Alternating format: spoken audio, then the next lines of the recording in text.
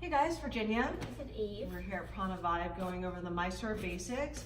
We're now in the final posture of half primary series known as navasana, boat pose. So traditionally, all the postures up until this point, we actually skipped Janu Shirshasana, B and C.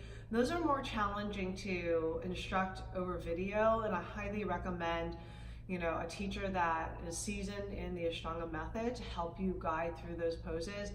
But I really don't see it as a benefit to go over that, since it's an external rotation through Janu Shirshasana A, and that gives you ample rotation to work on the other postures that we've gone through so far safely. So our main concern is making sure that using these videos you're doing so safely and it's understandable, so it doesn't become one of those things like, am I doing it right, I'm not doing it right.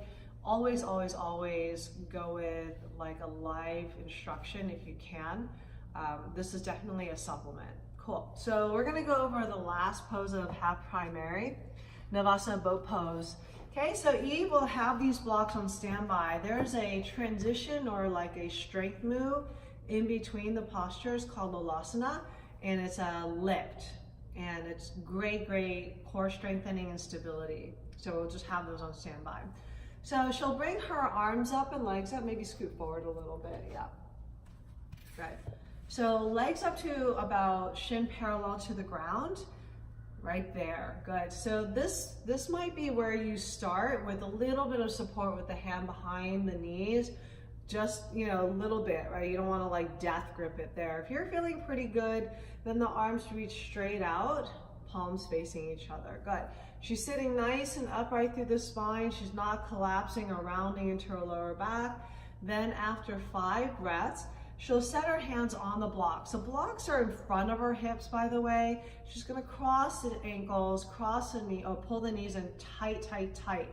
Then the hands come onto the blocks. I recommend the thumbs hanging off the edge here. It gives a little bit of pressure allocation. She's gonna press up. So she might not be able to get her feet off the ground yet. Like, go ahead and show that. If you just keep your feet down and just lift your hips up. That might be it. I mean, maybe this might not even happen, right? You're like, oh, I can't lift anything. It feels like 1,000,000 pounds, all right? Just keep pressing, keep working it. Go and come on down. We'll do like 3 to 5 of these.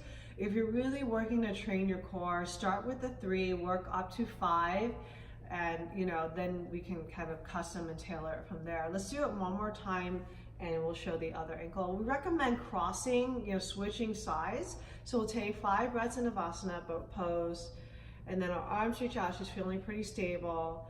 Then hands come to the block. She'll cross her left ankle on top now. Knees are drawn in nice and tight.